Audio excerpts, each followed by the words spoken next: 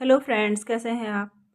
हिंदी साहित्य की इस क्लास में आपका बहुत बहुत स्वागत है, जहां पर हम हिंदी साहित्य से संबंधित 30 प्रश्नों का फटाफट रिवीजन करते हैं। इसके कई वीडियोस पहले भी आ चुके हैं, आप चाहें तो उन्हें भी देख सकते हैं और अपना रिवीजन कर सकते हैं। तो आइए टाइम वेस्ट ना करते हुए देखते हैं आगे के प्रश्नों को। ज्योतिरीश्वर ठाकुर की कृति कौन सी है? ए भविष्यत कहा, बी पाहुड़ दोहा, सी वर्ण रत्नाकर, डी राउलवेल। ज्योतिरीश्वर ठाकुर की कृति है वर्ण रत्नाकर। हिंदी साहित्य का वैज्ञानिक इतिहास के रचनाकार कौन है? ए डॉक्टर गणपति चंद्र गुप्त, बी आचार्य रामचंद्र शुक्ल, सी डॉक्टर नगेंद्र, डी रामकुमार वर्मा। हिंदी साहित्य का वैज्ञानिक इतिहास के रचनाकार हैं डॉक्टर गणपति चंद्र गुप्त। श्रावकाचार का रचनाकाल क्या है? ए 900 ईस्वी, बी 920 ईस्वी, सी 923 ईस्वी, डी 933 ईस्वी। श्रावकाचार का रचनाकाल क्या है? 933 ईस्वी। श्रावकाचार को हिंदी की प्रथम रचना माना जाता है। आचार्य हजारी प्रसाद द्विवेदी रासो शब्द की व्युत्पत्ति किस शब्द से मानते हैं? ए रसायन, बी रासक, सी रास, डी रसिक। आचार्य हजारी प्रसाद द्विवेदी रासो शब्द की व्युत्पत्ति किस शब्द से मानते हैं? तो ये मानते हैं बी रासक। किस कवि को अभिनव जयदेव की उपाधि मिली थी? ए अमीर खुसरो, बी चंद-बरदाई, सी विद्यापति, डी स्वयंभू। अभिनव जयदेव की उपाधि किसे मिली थी?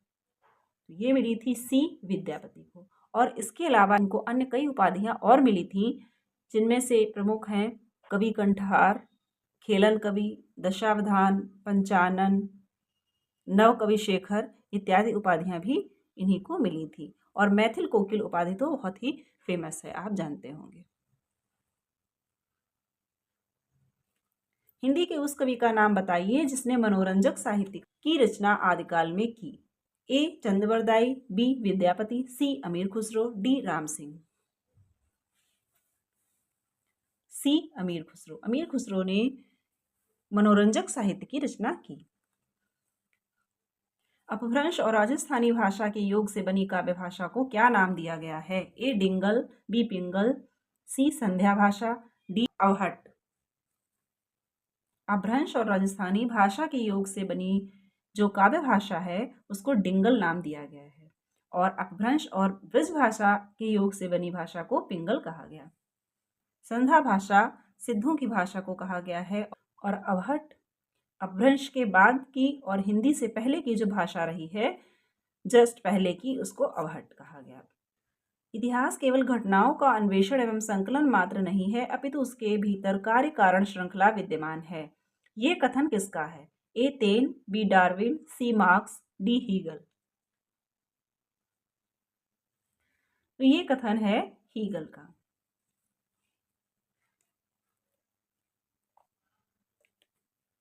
कौन सी कृति प्रभुदयाल मीतल की है? ए हिंदी साहित्य, बी हिंदी वीर काव्य, सी चैतन्य संप्रदाय और उसका साहित्य, डी रीति काव्य की भूमिका। प्रभुदयाल मीतल की कृति आपको बतानी है। तो ये है सी चैतन्य संप्रदाय और उसका साहित्य। आचार्य रामचंद्र शुक्ल ने हिंदी साहित्य का इतिहास लिखने में किस पद्धति का अनुसरण किया? ए वर्णानुक्रम पद्धति, बी कालानुक्रमी पद्धति, सी विधेयवादी पद्धति, डी वैज्ञानिक पद्धति। आचार्य शुक्ल ने अपना इतिहास विधेयवादी पद्धति पर लिखा।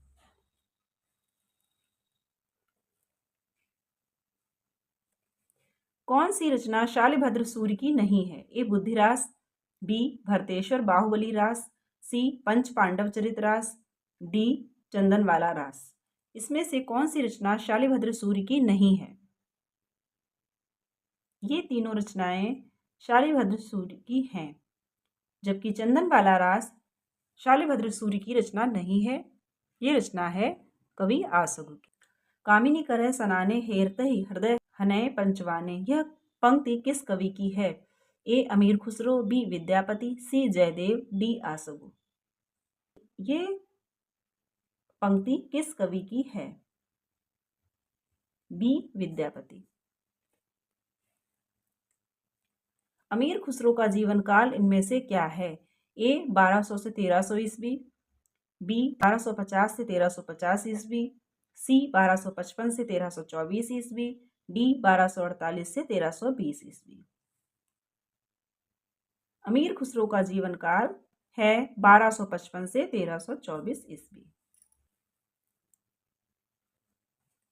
विद्यापति किस मत के अनुयायी थे? ए शैव, बी वैष्णव, सी सूफी, डी शाक्त।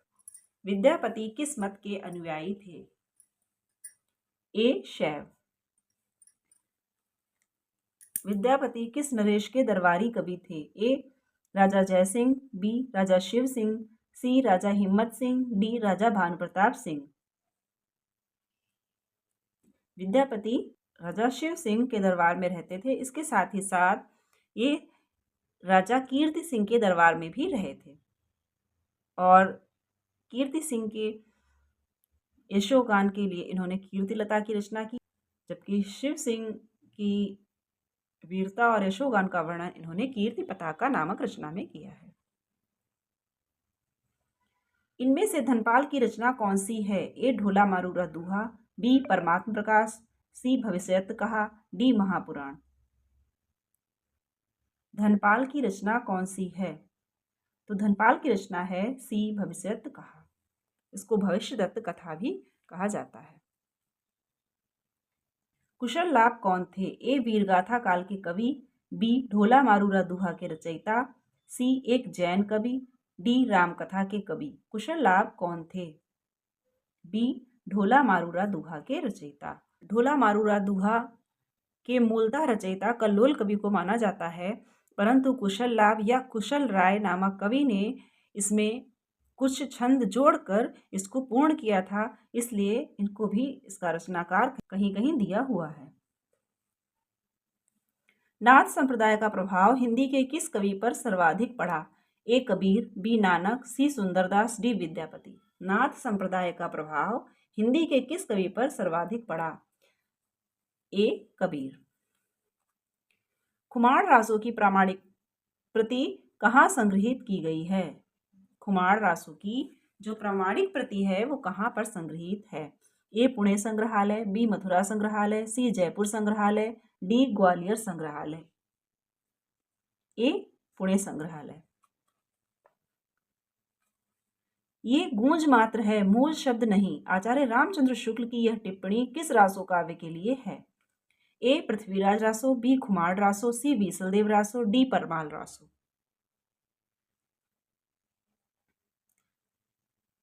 ये टिप्पणी आचार्य शुक्ल ने परमाल रासो के लिए की थी। बीसलदेव रासो में कुल कितने छंद हैं? ए 100, बी 120, सी 125, डी 140। बीसलदेव रासो में 125 छंद हैं। पुस्तक जल्हड़ हथ दय चले गज्जन नृपकाज पंक्ति किसकी मानी जाती है? ए नरपतिनाल, बी चंदवरदाई, सी जगनिक, डी दलपति विजय।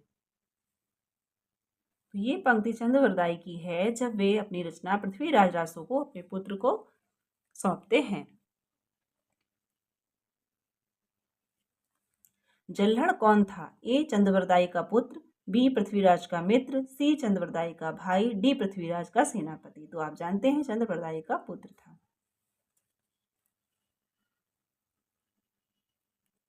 इनमें से कौन सा विद्वान रासों को अर्ध प्रामाणिक रचना मानता है?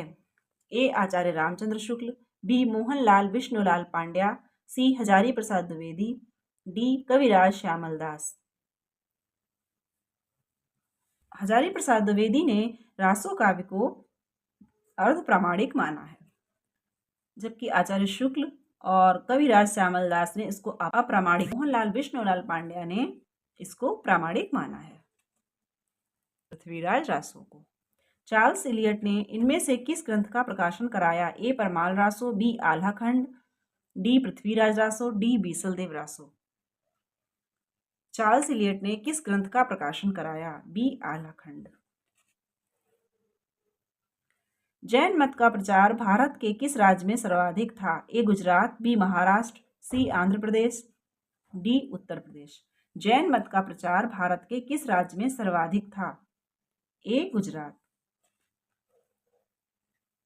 रासक छंद में कितनी मात्राएं होती हैं? ए 20, बी 29, सी 25, डी 24। रासक छंद में कितनी मात्राएं होती हैं? बी 29। कुमार रासों में लगभग कितने छंद हैं? ए 1000, बी 2000, सी 4000, डी 5000।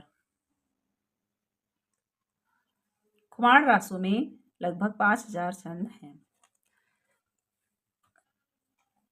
विजयपाल रासो किस भाषा में लिखा गया है? ए डिंगल, बी पिंगल, सी अपभ्रंश, डी प्राकृत। विजयपाल रासो किस भाषा में लिखा गया है? सी अपभ्रंश। कण्पा ने कुल कितने ग्रंथ लिखे थे? ए 16, बी 35, सी 70, डी 74। कण्पा ने कुल कितने ग्रंथ लिखे थे? तो इनके द्वारा लिखित ग्रंथ 74 माने जाते हैं। इसमें यहाँ पर तर्क और स्थापना वाले भी प्रश्न हैं, तो आइए इनको भी देख लेते हैं। इतिहास केवल घटनाओं का अन्वेषण एवं संकलन मात्र नहीं है, अपितु उसके भीतर कार्य कारण श्रृंखला विद्यमान है। तर्क है, रीतिकालीन कविता में पाई जाने वाली श्रृंगारिकता एवं अश्लीलता तत्कालीन दरबारी वातावरण की देन है। इसके लिए तत्कालीन कवि उतने दोषी नहीं हैं। तो ए और आर दोनों सही हैं। ये भी सही है और ये भी सही है। अब आइए देखते हैं नेक्स्ट। दिए गए विकल्पों में से सही विकल्प चुनिए। स्थापना, प्रत्येक देश का साहित्य वहां की जनता की चित्तवृत्ति का संचित प्रतिबिंब होता है।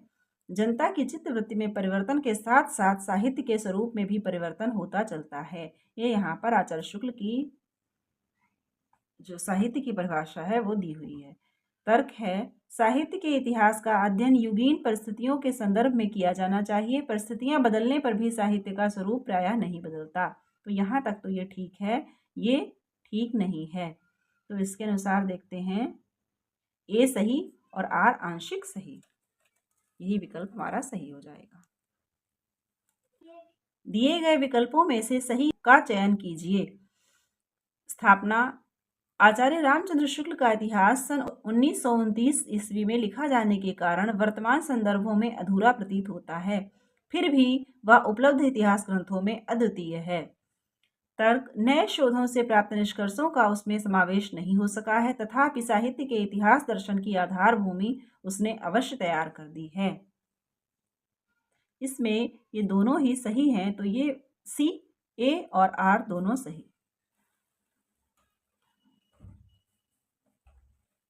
इनमें से सही विकल्प का चयन उत्तर हेतु कीजिए।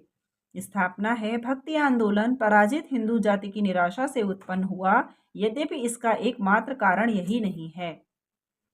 तर्क है, देश में मुस्लिम शासन की स्थापना हो चुकी थी। वे हिंदुओं के समक्ष ही देव मूर्तियों को तोड़ते थे और उनके पूज्य पुरुषों का अपमान करते थे। भक्ति आंदोलन इसीलिए उत्तर भारत में प्रारंभ हुआ।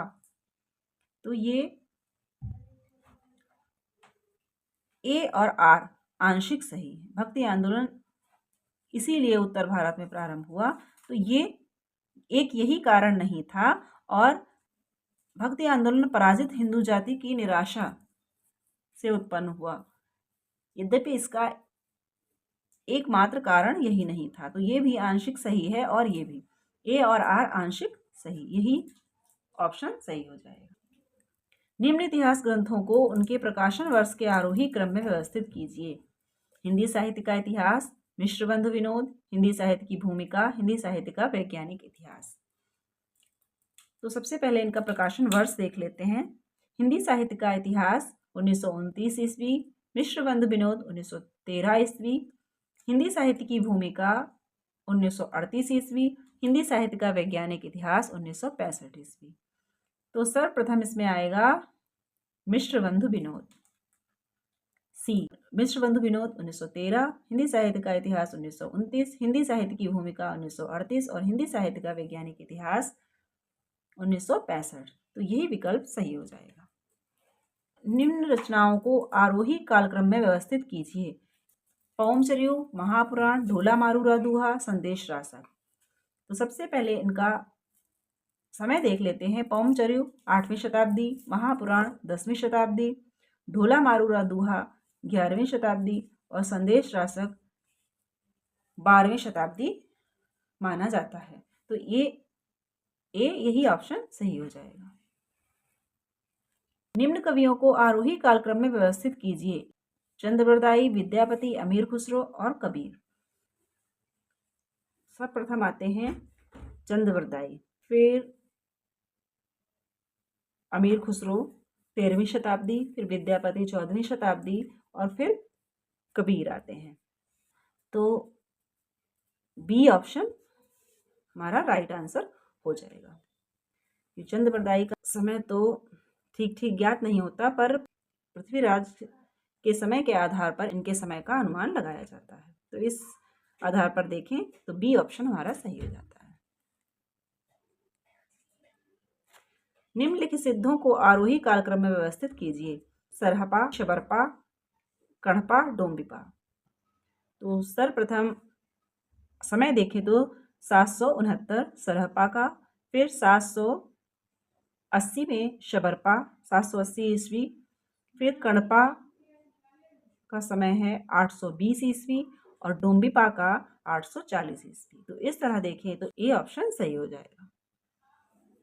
निम्नलिखित इतिहास ग्रंथों को उनके लेखकों के साथ सुमेलित कीजिए।